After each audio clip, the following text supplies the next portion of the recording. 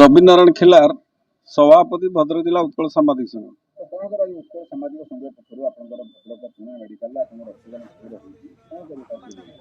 ओडिशार सर्वपुरातन और सर्वबृहत सांबादिक संघ उत्कल सांबादिक संघ पक्षर रक्तदान भली महत् कार्यक्रम आज कराଯାଉଛି।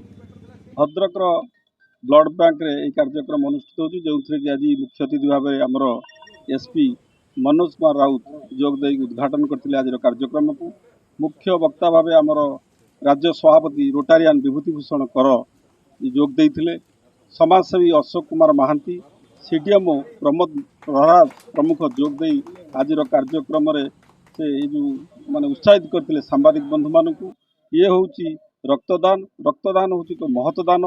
सांबादिक संघ सबुबेल समाज सेवा भली कार्य करि आसी थाए। घटना दुर्घटना को से लोकलोचन आनिबा सहित खाली जे रक्तदान करुछु उत्कल सांबादिक संघ ताहा नुहे, वृक्षरोपण कार्यक्रम हाथ को नहीं। प्रसिद्ध आमर जो बाबा आखंडमणि सेठारे आम भक्त मान दही सरबत दवा सहित चलित वर्ष आम लोकनाथ मंदिर में दही सरबत बंटन करूँ। तेणु सांबादिक मानकर हूँ धर्म हूँ समाज सेवा करवा। तेणु जो धर्म को आम मैंने बजाय रखीचु समाज में जिते प्रकार दान रही 64 प्रकार दान ता भर श्रेष्ठ दान हूँ ये हूँ रक्तदान।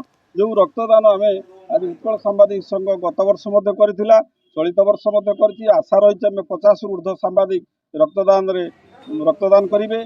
ता सहित बहु शुभेच्छु जोड़ी होती जहाँ जना पड़ी आज कार्यक्रम अधिक हो पारे।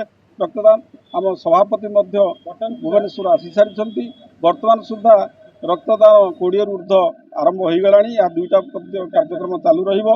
50 रु ऊर्ध्व निश्चित भाव में आशा रखीचु अधिक शुभेच्छु आसबार जोगाजोग रही। तेणु एभली कार्यक्रम करुथार विशेषकर सांबादिक बंधु मान धन्यवाद देमी, से पूर्ण सहयोग करते।